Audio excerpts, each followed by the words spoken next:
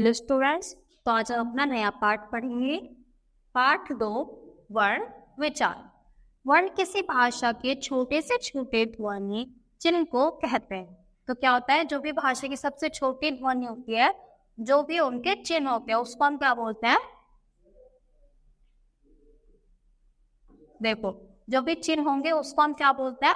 वर्ण, जिसके टुकड़े नहीं हो सकते। और वर्ण को हम क्या होता है, वर्ण सबसे छोटा पार्ट होता है, उसके हम और ज्यादा खंड नहीं कर सकते। शब्दों का निर्माण वर्णों के ही योग से होता है, जैसे ए, उ, च, ई। तो ये सारे क्या है, हमारे वर्ण है। और अगर हमको किसी शब्द को जोड़ना है तो वर्ण से ही बनाना पड़ेगा और इन्हीं को उच्चारणों को सीखना पड़ेगा। फिर वर्णमाला, प्रत्येक भाषा में कुछ वर्णों का प्रयोग होता है। ऐसे सभी वर्णों के समूह को वर्णमाला कहते हैं। तो वर्णों का समूह होता है जिसको हम क्या बोलते हैं? वर्णमाला। दूसरे शब्दों में इसी भाषा में प्रयोग होने वाले वर्णों में क्रमवार समूह को वर्णमाला कहते हैं। तो देखो, जो भी भाषा में क्या होंगे, वर्ण का इस्तेमाल होगा, वर्ण बंधे होंगे, उसी को हम क्या बोलते हैं? वर्णमाला। अब देखो, उच्चारण के आधार पर वर्णों के दो भेद किए गए हैं, स्वर और व्यंजन। स्वर क्या होते हैं हमारे? जिन ध्वनियों को बोलते समय हमारी सांस बिना किसी रुकावट के बाहर निकलती है तथा जिन वर्णों को अन्य वर्णों की सहायता के बिना बोला जाता है, वे स्वर कहलाते हैं। देखो, स्वर बोलने में हमें ज्यादा टाइम नहीं लगता, हम जल्दी से बोल देते हैं। और ये कितने होते हैं? 11 स्वर होते हैं। कौन कौन से? ए, आ, ई, उ, औ, ऋ, ए, ओ, औ। अब हम क्या पढ़ेंगे? स्वर के भेद कितने होते हैं? 3 होते हैं, ह्रस्व स्वर, दीर्घ स्वर और लुप्त स्वर। सबसे पहले ह्रस्व, वे स्वर जिन्हें बोलने में बहुत कम समय लगता है। तो क्या करता है, वैसे ऐसे बोल देना फटाक से, ज्यादा टाइम नहीं लगता। इनको हम क्या बोलते हैं? ह्रस्व स्वर। इन स्वरों को प्रधान मूल स्वर भी कहा जाता है। तो इनको क्या बोलते हैं? प्रधान स्वर या फिर मूल स्वर। इन स्वरों की संख्या 4 है। ये क्या होते हैं? 4 तरह के। कौन कौन से? ए, ई, उ तथा जी। तो इनको देखो, बोलने में टाइम नहीं लगा, एकदम बोल दिया। ए है ना, ई फटाफट। अब हमारे आए दीर्घ स्वर। दीर्घ स्वर कौन से होंगे? वे स्वर जिन्हें बोलने में ह्रस्व स्वरों की अपेक्षा 2 गुना समय लगता है। तो देखो, इनकी अपेक्षा क्या लगेगा? 2 गुना, मतलब 2 समय ज्यादा लगेगा, 2 टाइम से ज्यादा लगेगा। जैसे इसको हम 1 सेकंड में बोलना है तो इसको हम 2 सेकंड में बोलेंगे। दीर्घ स्वर कहलाते हैं। ये स्वर संख्या में 7 होते हैं। कौन कौन से? ये लिखे, आ, ई। तो देखो, इनमें टाइम लग रहा है, बड़े आ है ना, तो आ, ई। तो इसमें क्या लग रहा है? टाइम लग रहा है वो है।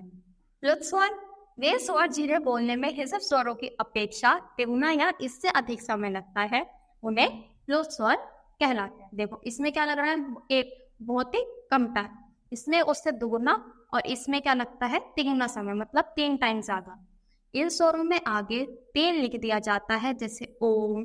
यहाँ पर ओ प्लुत स्वर है। तो देखो, यहाँ पे अगर ओम पढ़ेंगे तो इसको हम बहुत लंबा खींच के बोलते हैं। तो इसमें क्या है, जो ये ओ लगा, ये हमारा क्या? प्लुत स्वर है। हिंदी में प्लुत स्वरों का प्रचलन प्राय नहीं है। तो देखो, हिंदी में ज्यादा इनका यूज नहीं होता, ज्यादातर संस्कृत शब्दों का यूज होता है। फिर सेकंड आया हमारा व्यंजन। जिन ध्वनियों का उच्चारण करने के लिए स्वरों की आवश्यकता होती है, उन्हें व्यंजन कहते हैं, जैसे कै, ख, ते, थे, ये सारे। हिंदी भाषा में व्यंजनों की संख्या 33 होती है। तो कितने स्वर हमारे? 11, और व्यंजन हमारे कितने होते हैं? 33। कै वालों को हम क वर्ग बोलते हैं, च वालों को च वर्ग, ट वर्ग, त वर्ग और पा वर्ग। फिर ये हमारे होते हैं अंतस्थ व्यंजन, और ये होते हैं हमारे ऊष्म व्यंजन। ठीक है। फिर व्यंजन के भी हमने क्या कर दिए, इसको फिर इसके भी भेद हैं कितने? 4। पहला स्पर्श व्यंजन, अंतस्थ व्यंजन, ऊष्म व्यंजन और उत्क्षिप्त व्यंजन। सबसे पहले स्पर्श व्यंजन पढ़ेंगे। स्पर्श का अर्थ है छूना। का से लेकर म तक 25 वर्णों को 5 वर्गों में विभाजित किया गया है। जिन व्यंजनों के उच्चारण में वायु फेफड़ों से निकलकर मुंह से बाहर आने से पूर्व कंठ, मूर्धा, जीवा, ओष्ठ, दांत आदि का स्पर्श करते हैं उन्हें स्पर्श व्यंजन कहते हैं।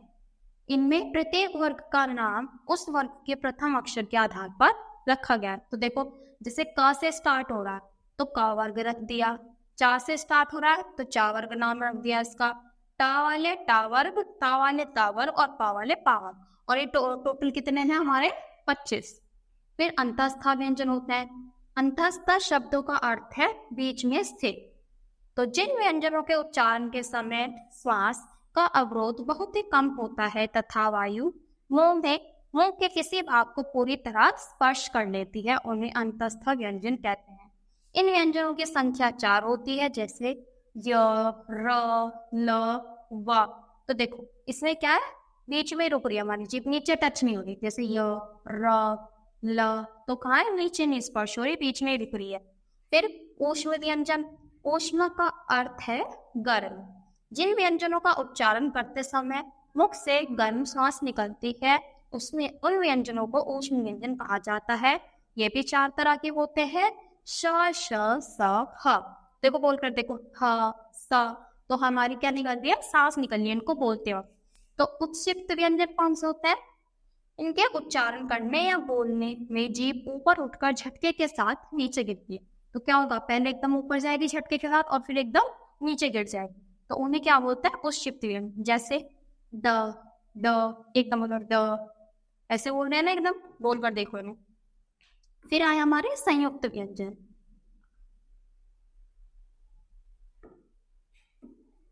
दो अलग अलग व्यंजनों के योग से बने व्यंजन संयुक्त व्यंजन कहलाते हैं। देखो, जो व्यंजन 2 शब्दों के मेल से बने उसको हम क्या बोलेंगे? संयुक्त व्यंजन। जैसे तय और त्र को मिलाए तो हमारा क्या बना? त्रय। ऐसी अक्षर ज्ञ और या फिर श्रेय, तो इनको क्या बनाया? 2 व्यंजनों के मेल से मिलाया है, उनको हम क्या बोलते हैं? संयुक्त व्यंजन। फिर द्वित्व व्यंजन। द्वित्व मतलब 2, तो एक ही वर्ड को हम अगर 2 बार रिपीट करें तो उसको क्या बोलते हैं? द्वित्व। तो जब एक ही व्यंजन आपस में 2 बार मिल जाता है तब उसे द्वित्व व्यंजन कहते हैं। जैसे कै को अगर हम मिलाएंगे तो क्या बनेगा? आधा कै और बड़ा कै। जैसे पक्का, चे को 2 बार लिखा तो सच्चा, बच्चा। फिर संयुक्ताक्षर। जब 2 या 2 से अधिक भिन्न व्यंजन आपस में मिलते हैं तब उनसे बने व्यंजन को संयुक्ताक्षर कहते हैं। जैसे कै को बना क्य, जैसे क्यारी, तय, सत्य, हत्या। तो जब 2 को अलग अलग व्यंजनों को आपस में जोड़ा जाता है तो उसको हम संयुक्ताक्षर कहते हैं। फिर आगत वर्ण क्या होता है? जो वर्ण विदेशी भाषाओं के लिए गए हैं उन्हें आगत या विदेशी वर्ण कहते हैं। देखो, कुछ वर्ड्स ऐसे होते हैं, कुछ शब्द जो हमने दूसरी भाषाओं से लिए हैं तो उनको हम क्या बोलेंगे? आगत या विदेशी वर्ण। ओ, यह अंग्रेजी भाषा के आ तथा ओ के बीच की ध्वनि है। जैसे बॉल, कॉल, डॉक्टर, तो उसमें हम क्या लगाते हैं? ऐसे ऊपर चंद्र बिंदु लगा देते हैं। और ये हमने कहाँ से लिया? अंग्रेजी भाषा से। क, ख, ग, ज, फ अरबी तथा फारसी भाषाओं के वर्ण हैं। तो देखो, जिसके नीचे बिंदी लग जाए ये हमने कहा लिया, ये अरबी और फारसी में ज्यादा यूज होते हैं। जैसे कमसिन, खान, गरीब, जमींदार, फसाना आदि। फिर अब हम पढ़ेंगे रा के विभिन्न प्रयोग कि हम रा को अलग अलग कैसे रूप में यूज कर सकते हैं। रा का विभिन्न रूपों में प्रयोग किया जाता है। जैसे मूल रूप में, तो मूल रूप में कैसे यूज करेंगे? राम, रसोई, रोहन, राधा, गरीब। तो नॉर्मल शब्द है। अब का को किसमें? रेफ रूप में यूज करते हैं। मतलब रेफ में हम ऊपर ऐसे लगाते हैं, जैसे ये तो रेफ, ये इसका रेफ रूप होता है अगर हम रा ऊपर लगा देते हैं। जब रा स्वर विहीन होता है तब यह अपने आगे आने वाले वर्ण पर लगता है। तो देखो, अब जैसे व रा है, वर्ष, तो ये इसका अगला वाला वर्ण शा है तो शा के ऊपर लग जाएगा, वर्ष बन जाएगा। ध में है तो ये न आगे लग जाएगा, आगने वाले के सर पे लग जाता है जाके, तो ध। फिर अगर पदेन, पदेन पे क्या होगा? ये तो ऐसे लग जाएगा या फिर ऐसे। तो जब रा से पहले कोई स्वर विहीन व्यंजन आता है तब रा उसके पैरों में लगता है। तब कहाँ पे लग जाएगा? पैरों में लग जाएगा। इसे रा पदेन कहते हैं। जैसे वैर है व्र, तो कहाँ पे लग जाएगा? ऐसे, तो ये क्या बन गया? व्र, तो व्रत। टे रे ट्रक। तो देखो अब की बार टे आया तो टे के साथ हमेशा याद रखना ऐसे लगेगा, टे और डे के साथ हमेशा रे कहाँ पे लगेगा, नीचे। फिर आयोग वहा, आयोग वह क्या होता है, कुछ ध्वनियां इस प्रकार की होती हैं जिनको ना तो स्वर माना जाता है और न ही व्यंजन, तो ऐसी ध्वनि आयोग वह कहलाती हैं। ये ध्वनियां स्वर तथा व्यंजनों के बिना प्रयोग की जाती। तो देखो ना तो इनकी काउंटिंग स्वर में होती ना फिर व्यंजन में, तो उनको क्या बोलते हैं, आयोग में। फिर अनुस्वार, आ को अनुस्वार कहते हैं। जिन ध्वनियों का उच्चारण नासिका द्वारा होता है उन्हें अनुस्वार कहते हैं। देखो इनका उच्चारण कैसे होगा, ऐसा लगेगा जैसे आप नाक से बोल रहे हो, नासिक, उनको क्या बोलते हैं, अनुस्वार। और जैसे ये है ए लिखा है, ए के ऊपर जो बिंदी होती है इसको हम क्या बोलते हैं, अनुस्वार।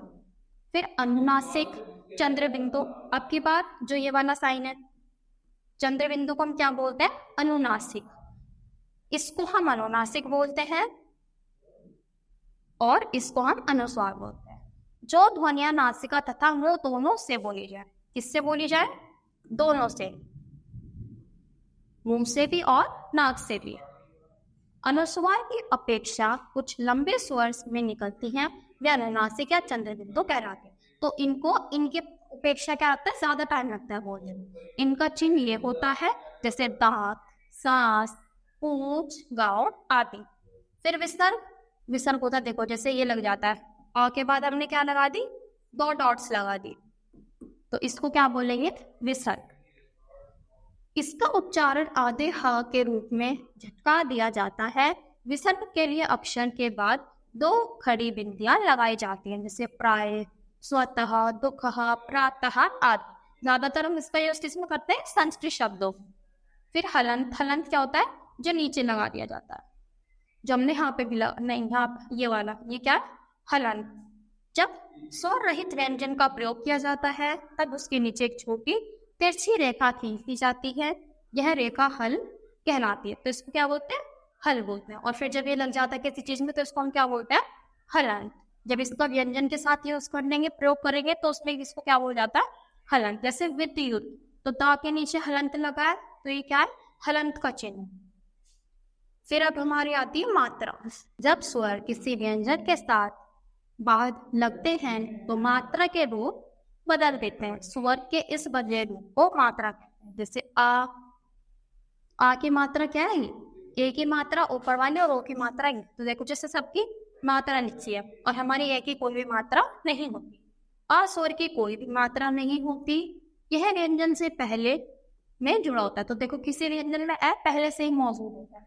जैसे कै में अगर हम ए जोड़ेंगे तो पूरा क्या बनता है, आधी च में ए जोड़ेंगे तो पूरा च बनेगा। तो ये क्या है, शब्दों में पहले ही होता है। तो आ की कोई मात्रा नहीं होती। आ की, ये डंडा हमारा क्या है, आ की मात्रा। छोटी ई ऐसे लगाते हैं, ये बड़ी ई की मात्रा। छोटा ऊ, बड़ा ऊ, ए कैसे, देखो कुछ भी लिख रहे हैं तो उस पर ऐसे एक मात्रा लगाएंगे तो ए। फिर बड़े ए की मात्रा, देखो के बना दिया, ओ, औ, री की मात्रा क्या होती है, नीचे लगती है। फिर वर्णों का उच्चारण स्थान, मुख के जिन जिन भागों में जिस वर्ण का उच्चारण किया जाता है वह वर्ग का उच्चारण स्थान कहलाता है। प्रत्येक वर्ण के उच्चारण स्थान को निम्नलिखित 9 भागों में विभाजित किया गया। कितने पार्ट्स में बांटा है, 9 पार्ट्स में। जैसे कंठा, तो जैसे कंठ से आवाज आएगी यहाँ से, तालु, मूर्धा, दंतः, ओष्ठ, मुखनासिक, कंठ तालु, कंठ ओष्ठ, दंत ओष्ठ। तो इसमें देखे क वर्ग आएंगे सारे, प्लस है, ए, आ और विसर्ग, ये सारे किस में आते हैं, कंठ में। जैसे कंठीय, और इनका नाम क्या दे दिया हमने, कंठीय। ये सारे वर्ण तालु में आएंगे। इनके वर्णों का नाम क्या है, तालव्य। मूर्धा वाले मूर्धन्य, दंत वाले दंत्य, ओष्ठ वाले ओष्ठ्य, मुख नासिक वाले नासिका, कंठ तालु वाले कंठ तालव्य, कंठ ओष्ठ वाले कंठोष्ठ्य और दंत ओष्ठ वाले दंतोष्ठ्य। ठीक है। वर्तनी, वर्तनी किसे कहते हैं, तो प्रत्येक शब्द में वर्णों का एक निश्चित क्रम होता है, उसे वर्तनी कहते हैं। तो देखो एक क्रम होता है वर्णों का, सीरीज, तो उसको हम क्या बोलेंगे, वर्तनी। वर्तनी में थोड़ी सी भूल हो जाए तो शब्द के अर्थ बदले जाते हैं। जैसे अतः ठीक वर्तने का पूरा ध्यान रखना चाहिए। तो देखो जैसे हमको ध्यान रखना है कि अगर थो के बाद डी आ रहा है तो ऐसे लिखा है तभी सही है वो, अगर हमने डी थो लिख दिया तो कुछ और फीलिंग हो जाएगा। तो हमको क्या है, शब्दों का कर्म सही तरीके से याद रखना है। जैसे ये दो शब्द लिखे हैं, इधर क्या अशुद्ध जो गलत वर्ड है और इधर शुद्ध करके मतलब जिनका सही यूज किया गया है। तो देखने में आता है एक कोई शब्द असावधानीवश अशुद्ध लिखे जाते हैं, ऐसे कुछ शब्दों के शुद्ध और अशुद्ध नीचे दिए। देखो आशीर्वाद ऐसे लिखेंगे तो ये क्या अशुद्ध है, इसको ऐसे लिखा जाता है। ये ऐसी गलतियां हैं जो बच्चे पढ़ते हैं लिखने में। तो आशीर्वाद को वैसे लिखेंगे जैसे आ शिर वाद, तो यहाँ पे नहीं लगाएंगे, इसको यहाँ पे लगाएंगे। ठीक है, तो रे आगे लगता है। प्रदर्शनी यहाँ पे क्या ऐसे नहीं, ये हो गया प्रतिशनी, नहीं प्रदर्शनी होता है। फिर संसारिक, संसारिक कुछ नहीं होता, सांसारिक होता है। ऐसे नाराज नहीं होता, नाराज होता है। तो ये वाली टेबल देखना, इसमें ये वाली साइड क्या गलत है और ये वाली साइड हमारी शुद्ध है, मतलब बिल्कुल सही तरीके से। ये भी ऐसी है अशुद्ध शुद्ध। जैसे हृदय ऐसे नहीं लिखा जाता, ऐसे लिखा जाता हृदय। विज्ञान ऐसे नहीं लिखता विज्ञान, विज्ञान में ये वाला क्या आता है योग्य, ऐसे नहीं लिखते योग्य। तो ये कुछ कंफ्यूजिंग वर्ड्स हैं जिसको हम ऐसे गलती करते हैं, पर उनका सही क्या है शुद्ध, उनका सही शुद्ध इस साइड वाली है। फिर वर्ण विच्छेद, किसी शब्द के एक एक स्वर व्यंजन को क्रम के अनुसार अलग करके रखना वर्ण विच्छेद कहते हैं। तो क्या करते हैं उसको अलग अलग करके, जैसे भारत है तो ये क्या है हमने इसको वर्ण विच्छेद कर दिया, इसके वर्ण अलग कर दिए। तो भारत को क्या लिखते हैं भय और ए, भय और आ को मिला के क्या बनेगा भा, तो हमने इसलिए अलग कर दिया। फिर रे कैसे बना, रे पूरे में क्या आता है, रे में ए हमेशा जुड़ा हुआ ही आता है, तो आधा रे प्लस ए। फिर तय कैसे बनेगा, तय प्लस है, तो इन सबको मिला के हमारा भारत बना था। फिर गर्व, गर्व कैसे बना है, गे ए रे वे ए। तो देखो ये रे आधा था, इसलिए अब की बार हमने इसमें ए नहीं जोड़ा, वरना वो पूरा रे बन जाता। फिर विद्या कैसे बना है, वे ई दे ये आ। तो हमारा पाठ खत्म होता है बच्चों। आई होप आपको समझ आया होगा। तो आज के लिए इतना ही, धन्यवाद।